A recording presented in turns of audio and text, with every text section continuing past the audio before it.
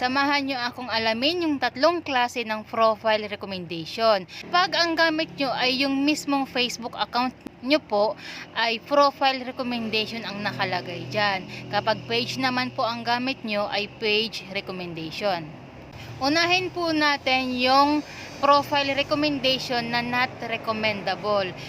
Kung ganyan po ang nakikita nyo sa inyong profile recommendation, ay medyo nakakalungkot po yan. Kasi hindi tayo inire-recommenda ni Facebook. Hindi niya tayo isinasuggest sa iba pang Facebook users.